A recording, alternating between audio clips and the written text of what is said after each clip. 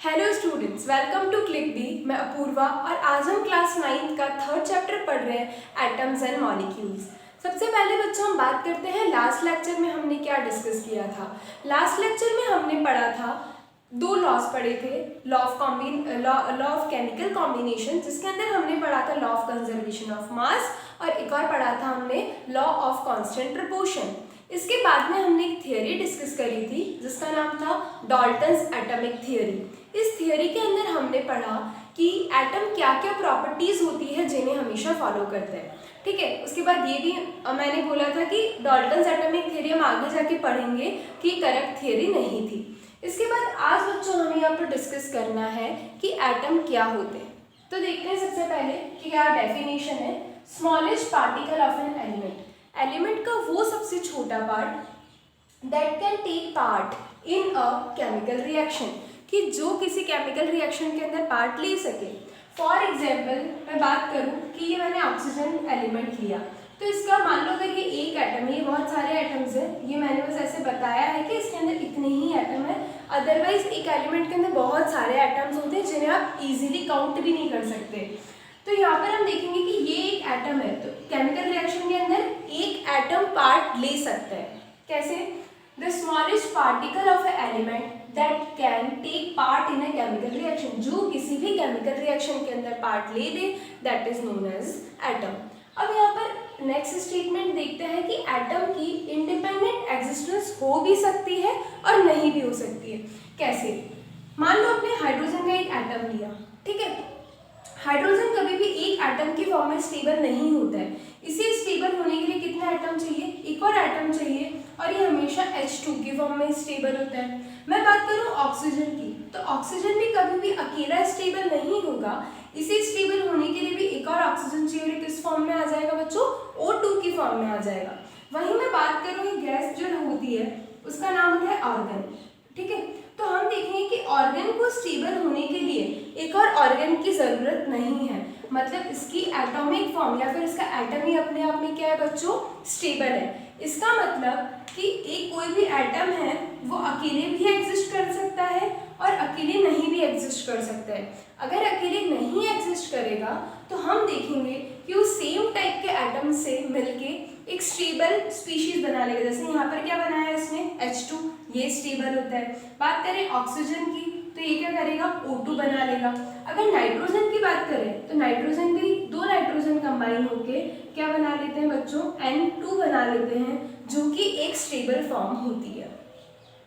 अब इसके बाद में हम ये स्टेटमेंट की बात करते हैं कि एटम की साइज कितनी होती है। एटम की साइज बच्चों इतनी ज़्यादा छोटी होती है कि हमें इसे नैनोमीटर्स में मेजर करना पड़ता है। किस में मेजर करना पड़ता है? नैनोमीटर्स। और नैनोमीटर का क्या रिलेशन होता है मीटर से? 1 nanometre is equals to 10⁻⁻⁹ metre. कैसे? देखो 10⁻⁹ की बात करें तो 10 केवल अगर ये पॉजिटिव होता तो इसकी वैल्यू कितनी होती देखते हैं एक बार। ये पॉजिटिव की वैल्यू होती, ठीक है। अगर मैं इसी वैल्यू को, जब भी आप किसी वैल्यू को फ्रैक्शन में कर देते तो उसकी वैल्यू क्या हो जाती है? बहुत छोटी। फॉर एग्जाम्पल ये 2 है, ठीक है। अगर मैं 1/2 कर दूँ तो इसकी वैल्यू क्या हो जाएगी बच्चों? 0.5 ही हो जाएगी, ठीक है। इसका मतलब 1 के अपॉन में कोई भी वैल्यू लिखते से जो भी हमारा फाइनल रिजल्ट होगा वो क्या होता है? बहुत छोटा हो जाता है। तो यहाँ पे तो अपन ने क्या लिख रखा है? 10⁹ अब इसको अगर मैं 1 के अपॉन में लिख दूँ तो ये वैल्यू भी क्या हो जाएगी? एक्सट्रीमली स्मॉल हो जाएगी। और इसको हम क्या लिख सकते हैं? 10⁻⁹ लिख सकते हैं। इसका मतलब एटम की साइज बहुत ही छोटी होती है और उसे मेजर करने के लिए हम जो यूनिट यूज में लेते हैं वो होती है बच्चों यहाँ पर नैनोमीटर्स।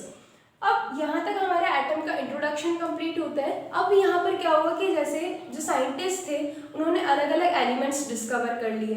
अब बात आती है कि हर एलिमेंट को आप किस तरीके से रिप्रेजेंट करोगे। हमेशा तो आप हर एलिमेंट का नाम लिख नहीं सकते, इसलिए यहाँ पर सिंबल्स की ज़रूरत पड़ी।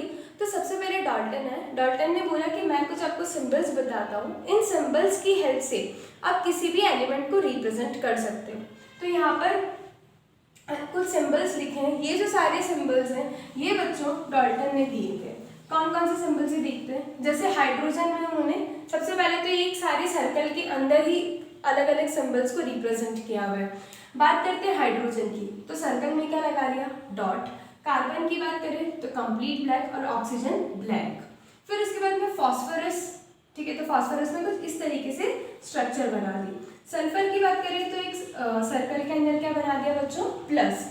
उसके बाद आयरन में आई लिख दिया, कॉपर में सी लिख दिया, लेड के अंदर एल लिख दिया, ठीक है, सिल्वर में एस लिख दिया, गोल्ड के अंदर जी तो लिखा है बट उसके अंदर सर्कल में कुछ इस टाइप की स्ट्रक्चर बना रखी है।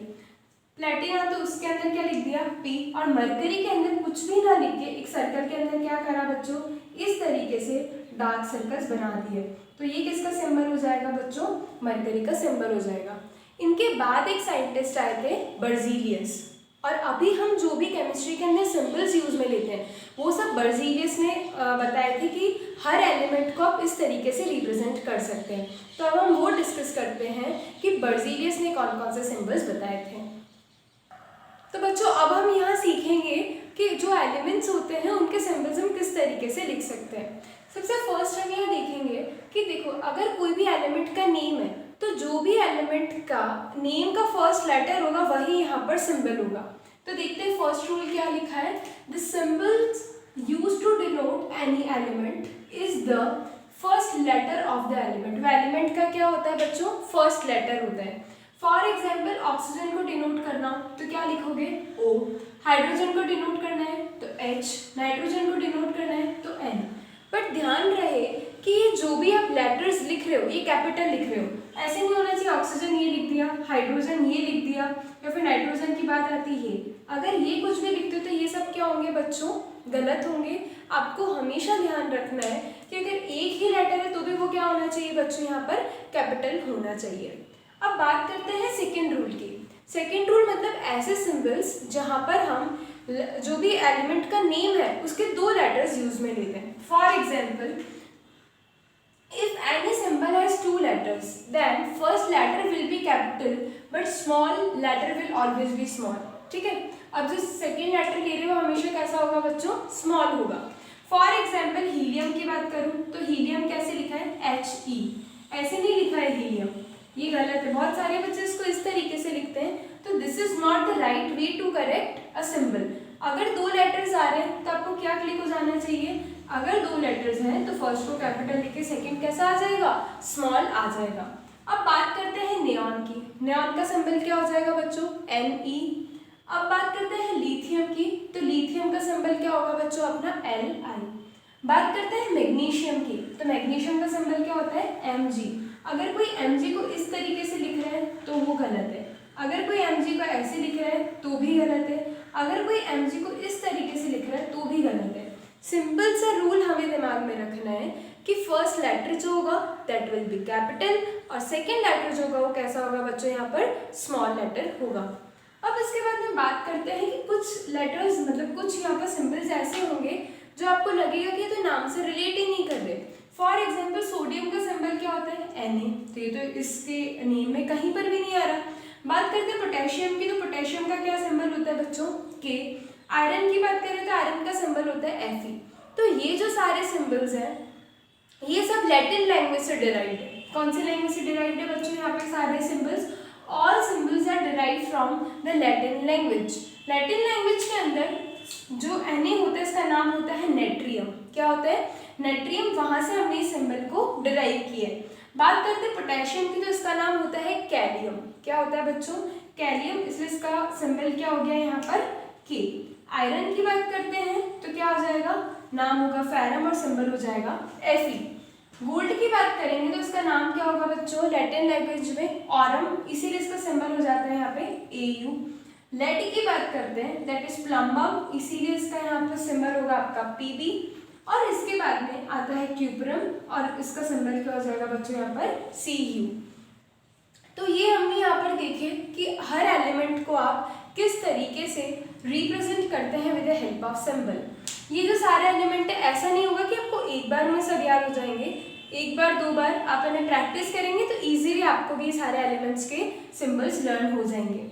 अब अभी जो भी मतलब एलिमेंट्स अब जो डिस्कवर हो रहे हैं या फिर मतलब थोड़े टाइम पहले से, तो उन सब के जो भी नेमिंग है वो करता है IUPAC। कौन करता है बच्चों, IUPAC करता है। IUPAC होता है international union for pure and applied chemistry, ताकि हर जगह पूरे वर्ल्ड में आप कहीं पे भी जाओ तो जो भी एलिमेंट है उसका सिंबल भी सेम रहे, उसका नेम तो वैसे भी अलग अलग लैंग्वेजेस में अलग हो सकता है, बट इंग्लिश की बात करें तो नेम सेम रहने वाला है। उसी के साथ साथ सिंबल्स भी क्या हो, सेम हो। तो इसलिए अब नेमिंग कौन करता है, नेमिंग सिंबलिंग ये सब कौन करता है बच्चों, आईयूपैक करता है।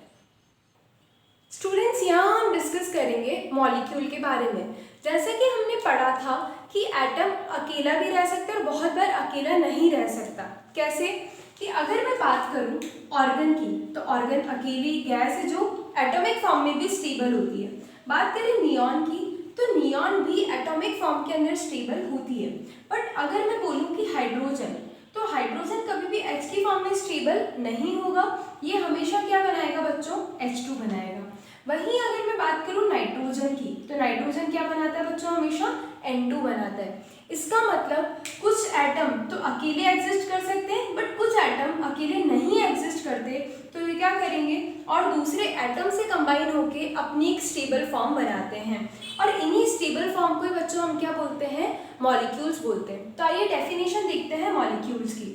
स्मॉलेस्ट पार्टिकल ऑफ एलिमेंट और कंपाउंड, कि एलिमेंट और कंपाउंड का वो छोटा part which is capable of the independent existence, जो कि इंडिपेंडेंटली एग्जिस्ट कर सके।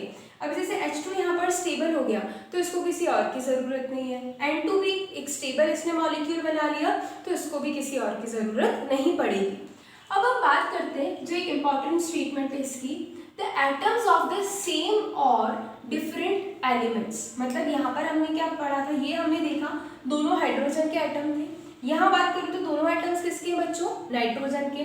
अगर मैं इसमें एग्जांपल ले लेती हूँ बच्चों H2O, तो क्या हो रहा है, हाइड्रोजन भी प्रेजेंट है और ऑक्सीजन भी प्रेजेंट है, मतलब दो अलग अलग एलिमेंट्स के एटम यहाँ पर प्रेजेंट है। तो यहाँ लिखा है कि एटम्स ऑफ द सेम और डिफरेंट एलिमेंट, या तो सेम एलिमेंट होंगे या फिर डिफरेंट एलिमेंट होंगे, they can combine to form the molecules. वो कंबाइन होकर क्या फॉर्म करेंगे बच्चों, मॉलिक्यूल्स का फॉर्मेशन करेंगे। तो अब हम यहाँ पर देखते हैं कि मॉलिक्यूल्स के दो टाइप होते हैं, एक तो होता है मॉलिक्यूल्स ऑफ एलिमेंट और एक और होता है बच्चों मॉलिक्यूल्स ऑफ कंपाउंड। सबसे पहले डिस्कस करते हैं कि मॉलिक्यूल्स ऑफ एलिमेंट का मतलब क्या होता है। मॉलिक्यूल ऑफ एलिमेंट का मतलब होगा कि यहाँ पर सेम टाइप के, मतलब जो भी एलिमेंट है इसके सारे जो एटम होंगे वो क्या होंगे, सेम टाइप के होंगे। They are constituted by the same type of atoms. Element से भी सही यहाँ पर क्या वर्ड है बच्चों, सेम टाइप ऑफ एटम्स। तो देखो यहाँ पर क्या देख रहे थे, दोनों एटम हाइड्रोजन के आ रहे थे, यहाँ पर क्या देख रहे थे, दोनों एटम्स किसके आ रहे थे, नाइट्रोजन। अगर मैं बात करूँ ऑक्सीजन की, तो दोनों एटम्स किसके होंगे बच्चों, ऑक्सीजन के होंगे। इसका मतलब ये जो तीनों एग्जाम्पल है किसके एग्जाम्पल होंगे, मॉलिक्यूल ऑफ एलिमेंट, क्योंकि मॉलिक्यूल ऑफ एलिमेंट की बेसिक सी कंडीशन होती है कि एटम्स कैसे होने चाहिए बच्चों, सेम टाइप के होने चाहिए। तो ये सारे किसके एग्जाम्पल हो गए, सेम टाइप के एटम्स के हो गए। अब यहाँ पर एक इम्पॉर्टेंट टर्म जो आपके एग्जाम में बहुत बार डेफिनेशन पूछी जाती है इसकी, कि व्हाट इज एटॉमिसिटी। एटॉमिसिटी का मतलब क्या होता है, एटॉमिसिटी का मतलब होता है कि मैं कोई भी एलिमेंट की बात करूँ तो वो किस फॉर्म में स्टेबल है। फॉर एग्जाम्पल यहाँ पे हाइड्रोजन के कितने एटम्स चाहिए थे उसको स्टेबल होने के लिए, 2। नाइट्रोजन को कितने चाहिए थे, 2 एटम्स चाहिए थे। अगर मैं बात करूँ बच्चों फॉस्फोरस की, किसकी बात करूँ मैं, फॉस्फोरस की, तो फॉस्फोरस को स्टेबल होने के लिए 4 एटम्स की रिक्वायरमेंट होती है। कितने एटम्स की रिक्वायरमेंट होती है, 4। इसका मतलब इसमें कितने एटम्स चाहिए, 4। हाइड्रोजन की बात करें तो कितने चाहिए, 2। ऑक्सीजन की बात करें तो कितने चाहिए, वापस से 2। अगर मैं बात करूँ सल्फर की, तो सल्फर को स्टेबल होने के लिए बच्चों 8 एटम्स की जरूरत पड़ेगी, तब जाकर के ये क्या हो सकता है, यहाँ पर स्टेबल हो सकता है, राइट। तो इसे ही हम क्या बोलते हैं, एटॉमिसिटी, कि अगर कोई एलिमेंट कोई मॉलिक्यूल का फॉर्मेशन कर रहा है तो उसको कितने एटम्स की रिक्वायरमेंट है, that is known as the atomicity.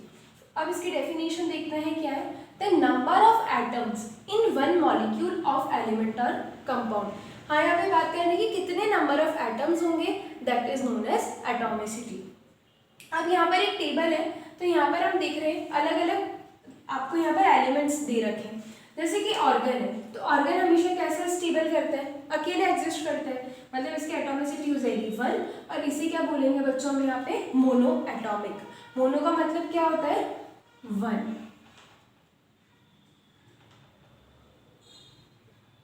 अब हम बात करते हैं बच्चों सेकंड ऑक्सीजन की।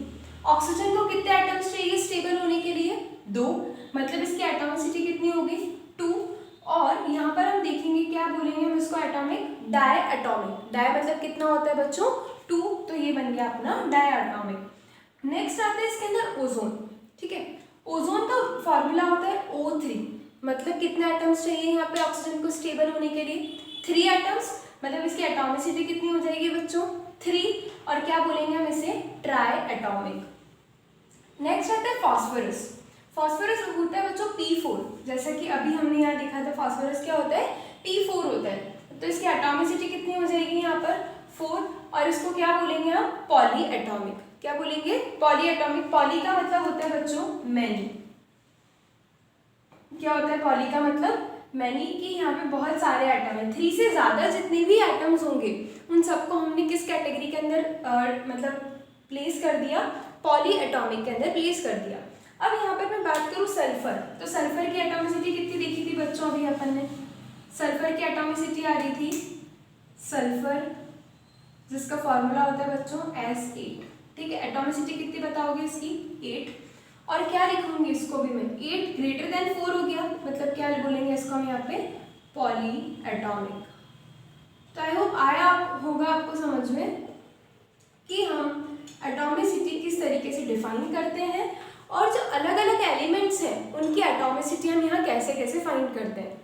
और आपको क्या ध्यान रखना है कि ऑर्गन तो एयर फॉर्म में एग्जिस्ट कर रहा है, ऑक्सीजन किस फॉर्म में एग्जिस्ट करेगा O2, ओजोन किस फॉर्म में एग्जिस्ट करेगा O3, फॉस्फोरस P4, और सल्फर की बात करें तो S8 की फॉर्म में यहाँ पर एग्जिस्ट करेगा।